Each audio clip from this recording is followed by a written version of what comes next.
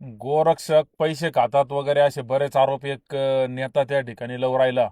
परंतु मला हे सांगताना अभिमान होतो का शिवप्रहारचा शिवछत्रपतींचा एकही मावळा त्या ठिकाणी या कसायांकडून एकही रुपये घेताना तुम्हाला कधी भेटणार नाही.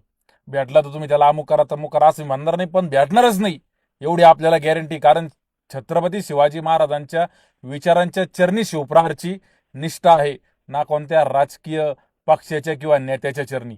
आणि तो टीका पण ही अशी गोरक्षकांवर का होऊ राहिली, कारण काही लोक याच्यामध्ये असं काम करू राहिले. ही एक वस्तुस्थिती.